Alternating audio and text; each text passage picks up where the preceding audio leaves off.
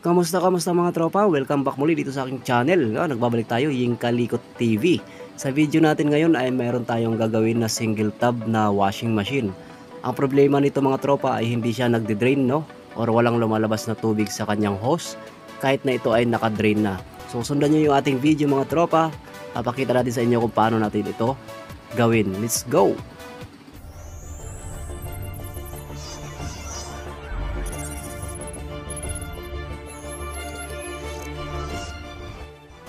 So yan mga tropa, lagyan muna natin ng tubig itong ating washing machine, no? Testing natin kung wala nga bang lumalabas na tubig sa kanyang hose kahit ito ay naka-drain. So yan, lagyan muna natin ng tubig at i-drain natin mga tropa, no, dito sa kanyang selector switch. Ayan. Drain muna natin.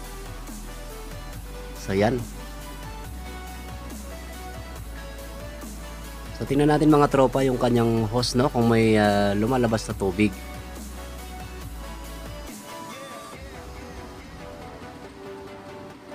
So yan mga tropa, wala nang lumabas na tubig, no. Ayan, nakikita nyo naman yung ating hose. So walang lumalabas na tubig kahit ito ay naka switch na ng drain, no. Ayan. So wala talaga mga tropa. So kapag ganito ang problema ng inyong washing machine mga tropa, no, so yan, sundan nyo lang itong video natin. At syempre huwag nyo na rin kalimutan na mag-subscribe dito sa aking YouTube channel. At pakihit na rin ang notification bell para maging updated kayo sa mga susunod ko pang mga video mga tropa, no. So ngayon lang ulit tayo nakapag-upload ng video dahil medyo busy ang inyong lingkod. So yun lang mga tropa. So ito, umpisa na natin ang pagre-repair dito.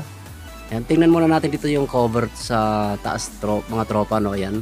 So binuksan natin yung taas. So ito nga pala mga tropa yung kable ng kanyang drain, no. Ito nga hawak-hawak natin. So yan, kung napansin nyo ay bulok na yung ano, no, yun, no, tinalawang na yung pinaka parang alamrian siya mga tropa na nakakawit doon sa ilalim, no, doon sa kanyang drain valve. So hindi na siya na hihila, kaya pala hindi na rin nagde-drain ito. So ito yung dahilan mga tropa, no, kung bakit hindi siya nagde-drain. So tingnan natin dito sa ilalim kung nandito ba yung kanyang drain valve, no, yung kinakabitan nung kinalawang na yun na naputol. So tingnan natin dito sa ilalim. Buksan lang natin tong cover sa likod.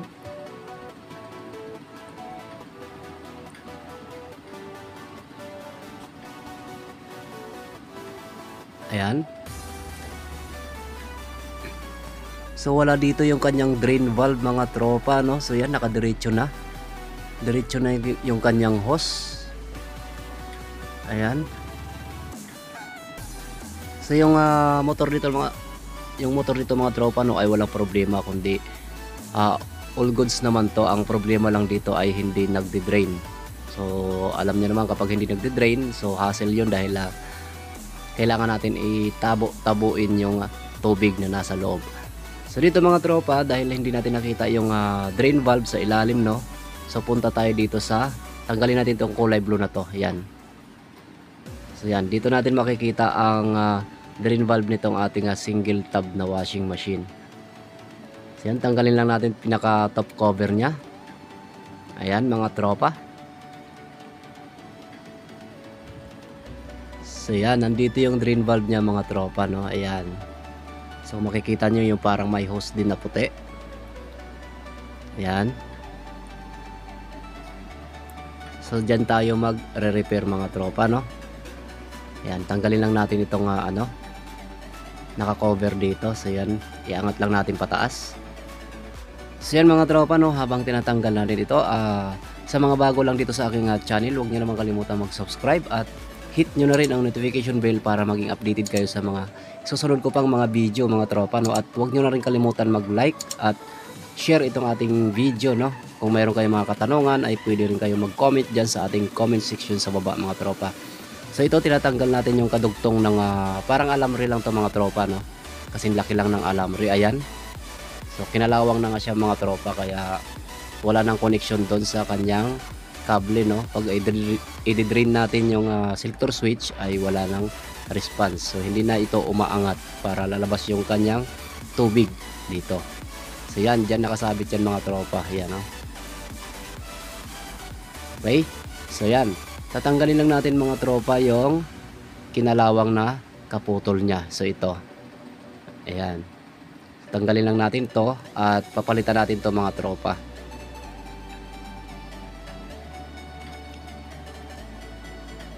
So yun mga tropa, no, nyo pwede nyo i-share itong ating video sa mga kakilala nyo na ganito rin ang problema ng kanilang washing machine, no.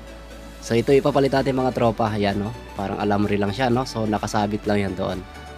So yung kanina yung problema niya is naputol na, kaya ayan.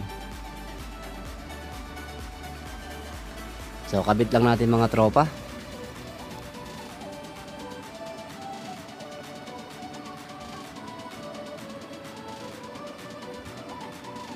So ulit mga tropa, no, kung bago lang kayo dito sa aking channel, huwag nyo na makalimutan mag-subscribe at hit nyo na rin ang notification bell para maging updated kayo sa mga next video natin. Ayan. Kung meron kayong mga katanungan ay pwede nyo i-comment dyan sa comment section sa baba. Ayan, comment nyo rin mga tropa kung hanggang saan umaabot itong ating video, no, para malaman natin kung taga saan kayo. So yan, ikabit naman natin yung ayan, yung nakasabit dyan, no, yung parang alamri lang siya mga tropa na nakasabit doon para kapag nag-switch tayo ng drain ay aangat dyan siya, no. At tingnan natin yung hose kung meron ng lumalabas sa tubig. Ayan, meron na mga tropa. So success tayo dito. Ayan, umaagos na yung kanyang tubig. So yan, naka-drain na tayo mga tropa. Try naman natin na i-off yung drain, no. Ayan. So pinatay natin yung pagka-drain niya. So titingnan natin dito kung may lumalabas na tubig, no. So kung may lalabas na dito na tubig mga tropa ay hindi pa tayo dito tapos. So kung wala naman lumabas, ayan. So okay mga tropa, success tayo. So naka-off yung drain niyan. So walang lumabas na tubig.